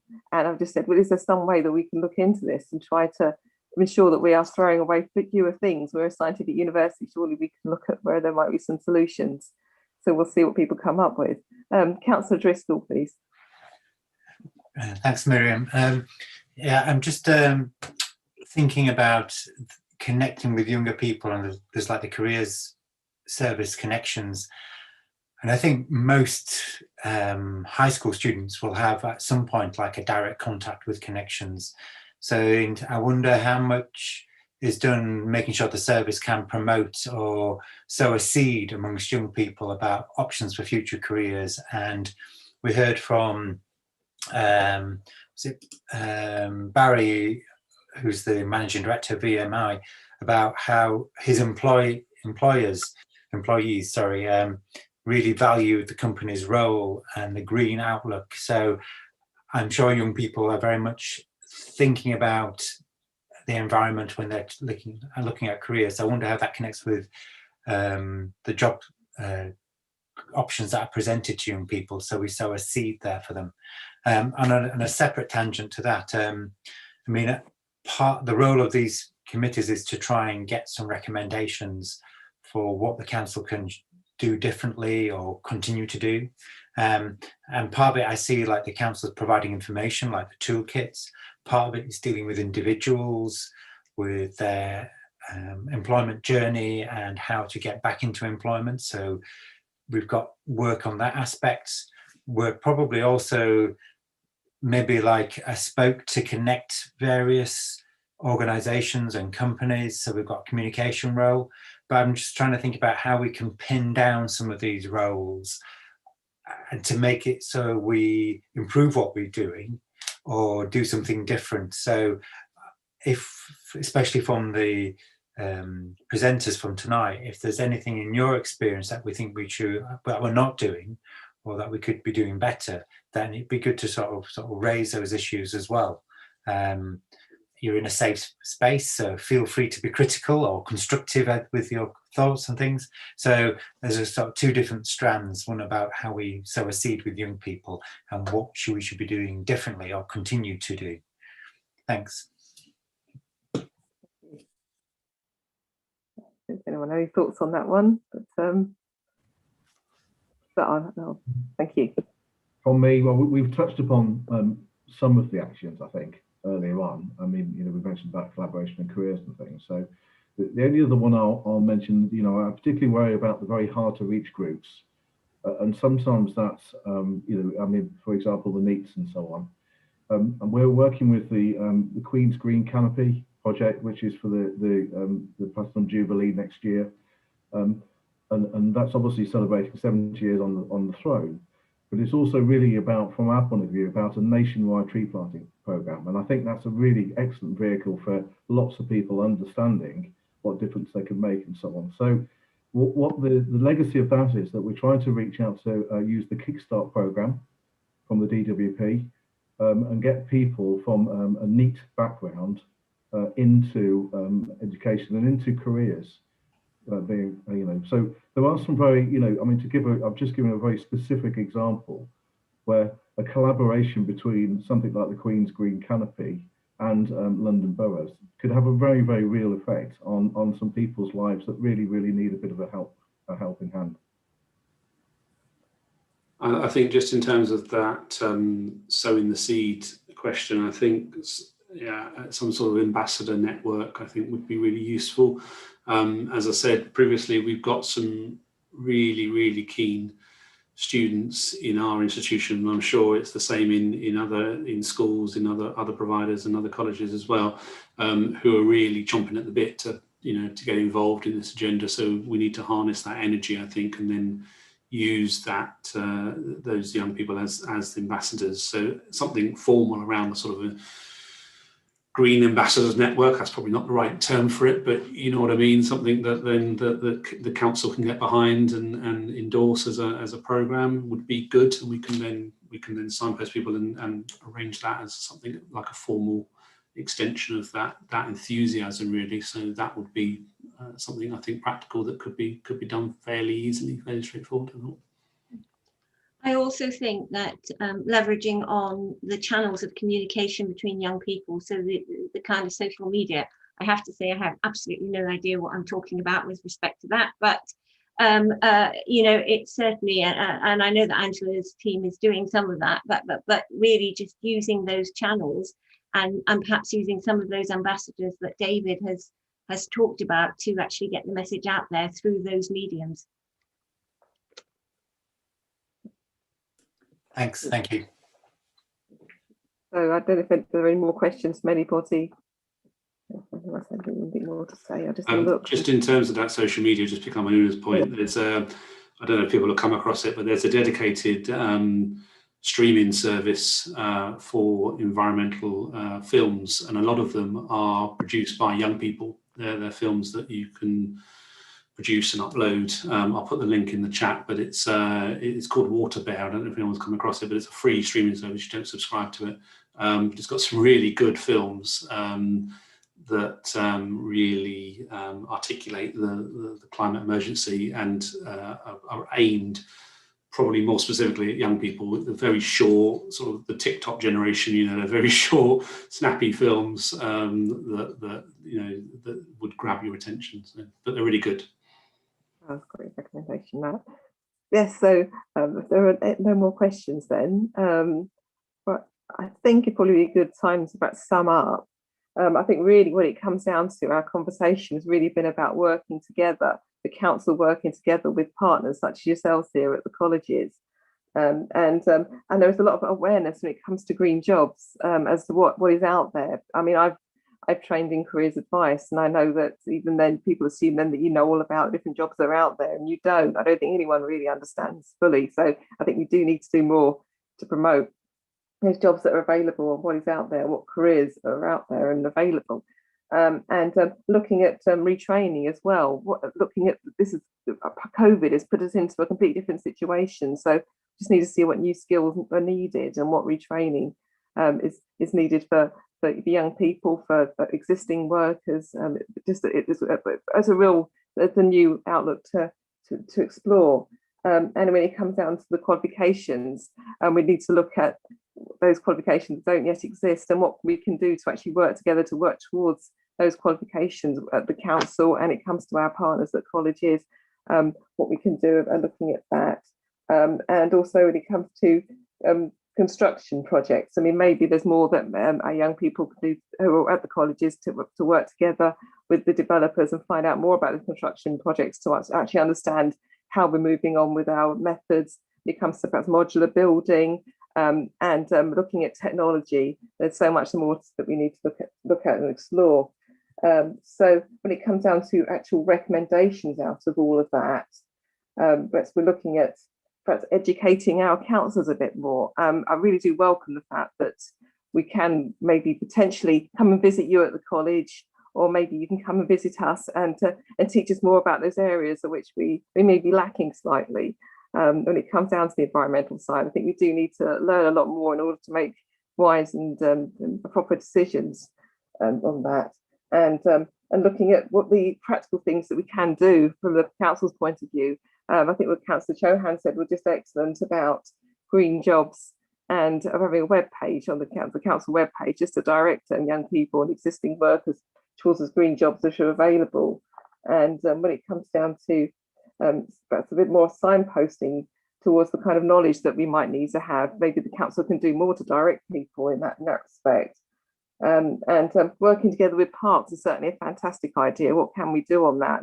There's a lot of work that we could do in terms of our apprentices. What more can we bring in to encourage the more environmental side, the more environmental knowledge, the more environmental looking forward to what you need to do.